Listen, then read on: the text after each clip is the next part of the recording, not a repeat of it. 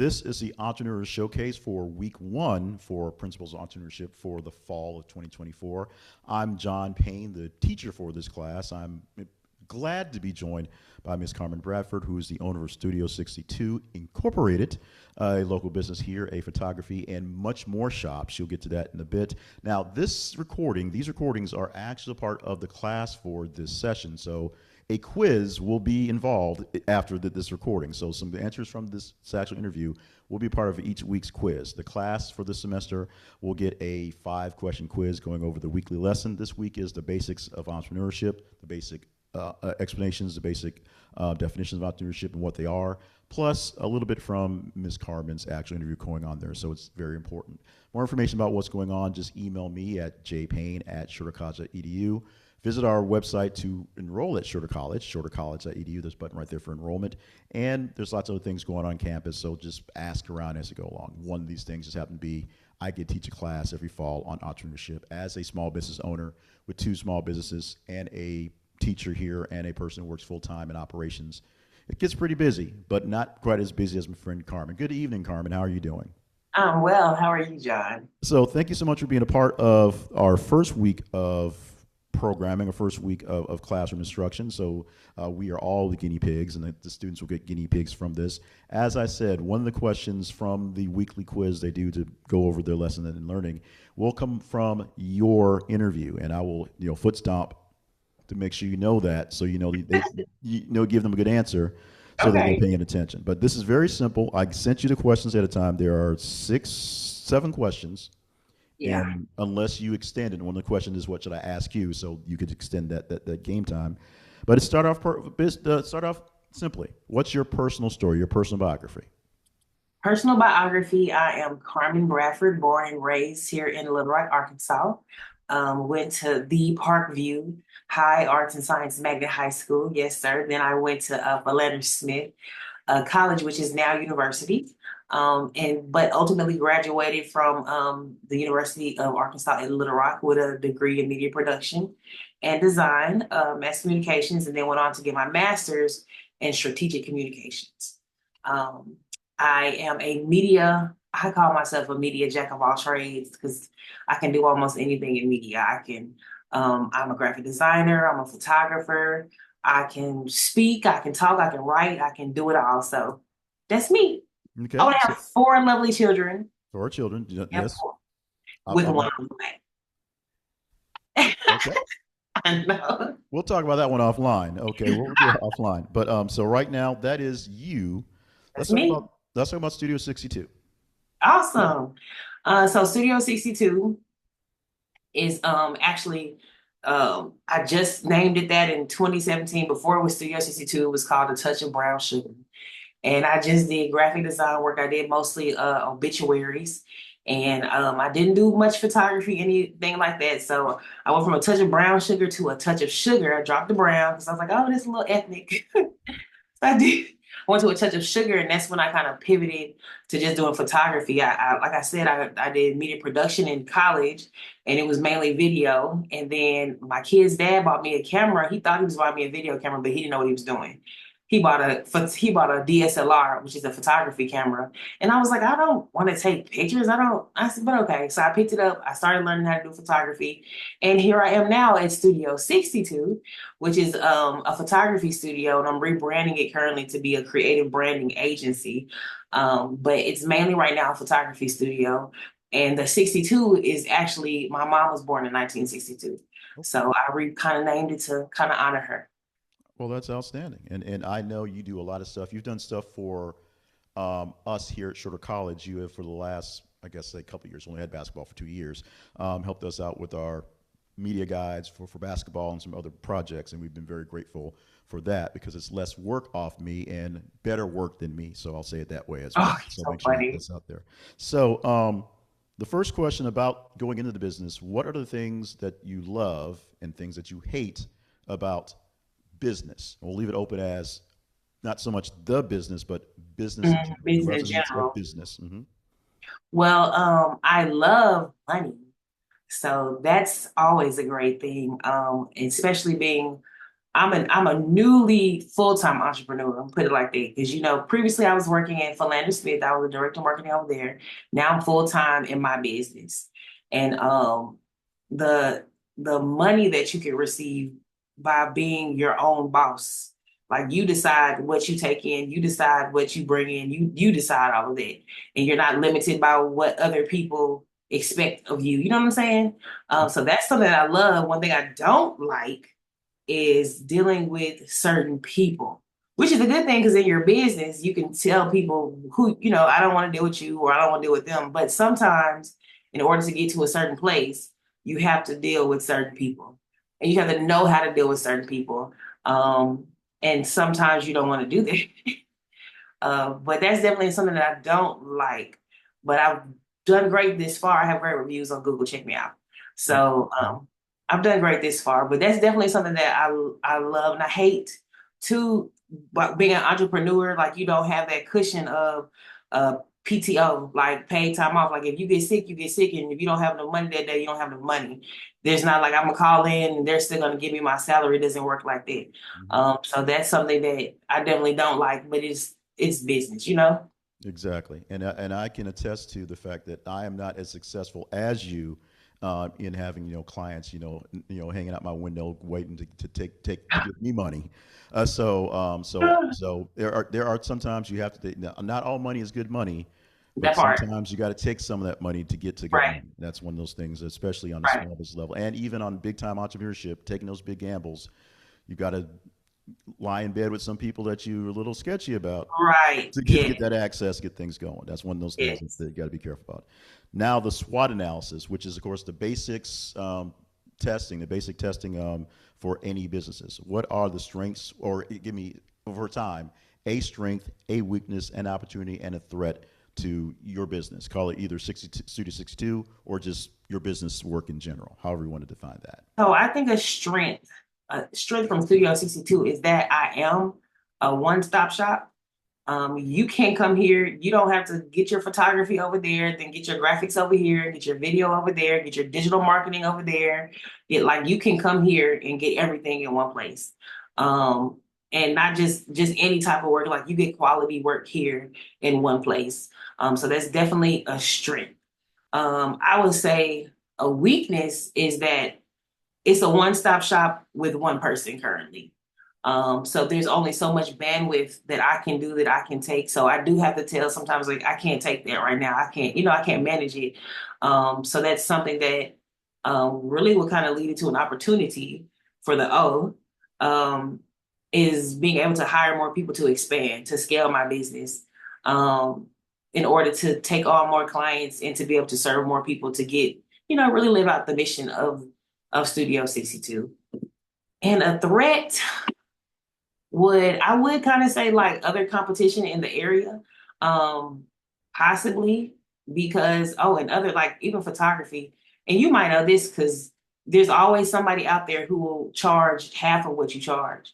And they'll, present themselves as if they're just as good. And some people, I won't say some people, but there are people who don't really realize the difference between a good photo, and an average photo. They're like, I just use my phone. It's a major difference. And so you have people out there who are lowballing, like, hey, I'll do this for $50. And then you're mad because you got $50 worth of quality. So that's sort of a threat, but not really. But then just, I guess, other competitors Mhm. would And be a another threat. thing, a thing on that one, the sad thing when you're getting into the business, into business general, and you don't know what to charge or don't know how to charge and don't know Yes, your levels of talent. Some people are lowballing themselves and actually have more talent that's than, true. than what they're actually charging, and they could do better. And they're afraid that if they ask for $10 more, they'll lose customers. But what happens is somebody will pay that $10 extra, and then next time ask for Right, $10 more, and someone will pay that $10 extra. right, And you go to the part when people stop paying you money, you go one half step down, and you stick there. right, You go right, until people say no, and then you know that last one is your price range, and right. then you charge them more anyway. I agree. I think I was charging maybe like two or three. I'm on my fourth studio, by the way, my fourth space. But when I was in like my second studio, I was debating whether I was gonna raise my prices, and my daddy was like, "What's the debate about?" He was like, he said, double your prices and you'll get half, you might get half the customers, but you'll do half the work for twice as much money. Like, Exactly. he said, just do it. And I think about that, like I was charging like maybe like $75 and I went to like 150 and I was scared to do 150 and now I'm at like 400. Mhm. So, girl, So just don't be afraid to raise those prices because right, you're surprised once you do it that you should have done it much sooner. right. So this is the part that's very important. This is my foot stomp moment. When I'm in the military, we did a briefing. They started stomping the foot. That means you pay attention, write this down because someone's asked you this question. This will be on the quiz for this week. What is your definition of an entrepreneur? So an entrepreneur is to me is a person, an individual, could be a group of people together who decide to organize a business, start a business, um, and do something new, like without other people assisting them. Like the financial risk is on you. And if I tell you how much money I done risked to get here, baby, it's a risk. And I done lost a lot of money, but I made a lot of money too. So I would say that's an entrepreneur, someone who is willing to start something of their own to in a business to make something work. Does that make sense? That makes sense, and that basically answers the next question. But I'll let you answer it out loud anyway. So the question divided is: do you see yourself as an entrepreneur? I list the question as entrepreneur or entrepreneur employee because we'll have some people who work in some other people's businesses who may not be the person writing the checks, but they have enough juice to make things happen. So they work in entrepreneurial ways, even if they're not necessarily the one in line with money. So for you, this is your business we're talking about. This is the work you do. Are you an entrepreneur or are you just a small business side hustle person? Oh, baby, I'm an entrepreneur. I'm an entrepreneur uh, to the fullest. And sometimes I'm like, why did you do this? Why did, girl, go get a job?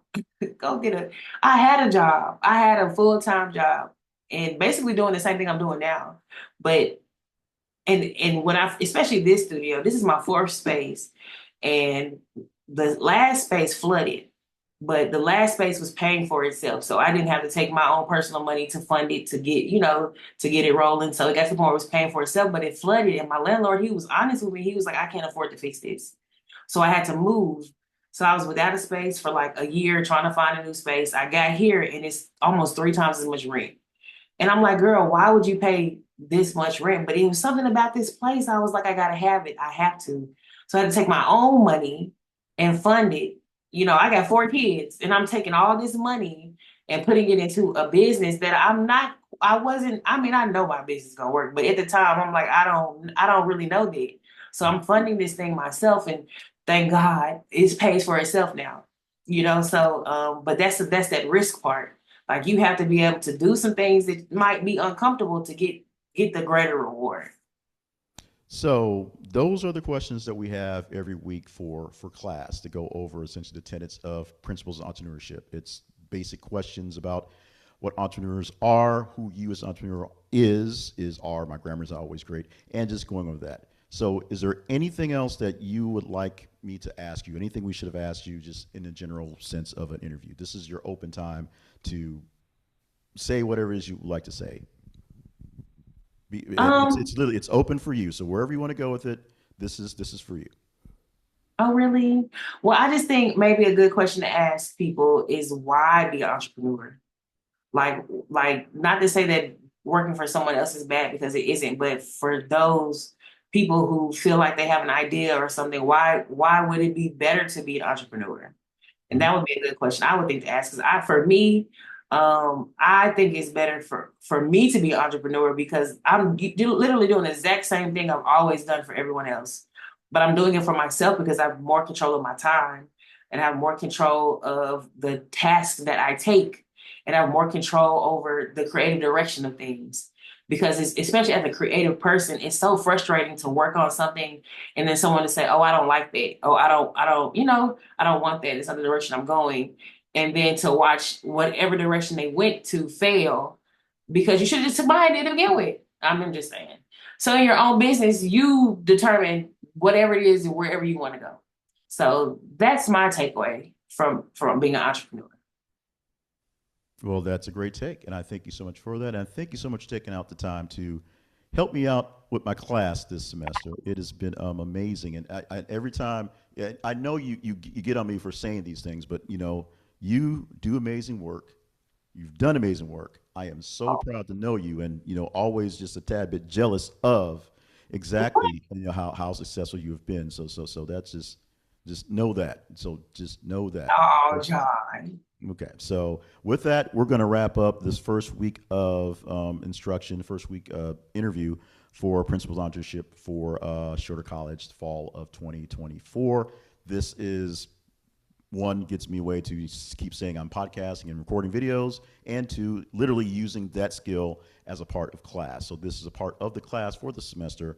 There is a quiz question from this interview, so all the students must watch the interviews to make sure to get that quiz question properly done. We also have some who are helping out technically for some extra credit as well.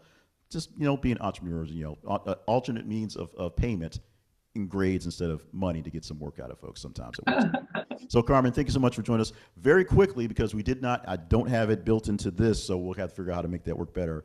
Tell us about how to get a hold of you and Studio 62 and what people can see from your offerings and how they can be blessed by your work. Awesome. So you can find me on social channels, Facebook and Instagram at Studio 62 INC. You can visit me online at www.studio62inc. And you can, I do photography services, I do videography services, graphic design work, digital marketing. Anything you can think of, really. I have a podcast studio right here. I have a content creation space, so there's 7 different rental areas that you can come in and take your own pictures, or you can hire someone to take your pictures and just build your social content up, build whatever that you're trying to brand for yourself. You can do it right here at Studio 62. Oh, well, thank you so much for joining us from Studio 62. This is Carmen Bradford. I am John Payne for Shorter College and Principles of Entrepreneurship. Thank you so much for being with us for this video. As we said, this is not just for the sake of us having a conversation. This is actually for a grade. So the students will have to watch this for part of their quiz for this first week of instruction. And if you're enjoying this, you can email me at my Shorter College email address, jpayne at shortercollege.edu, for questions about Shorter College, questions about our operations systems, questions about being a part of faculty and staff, or becoming a student here at Shorter College. So for Shorter College, I want to say thank you.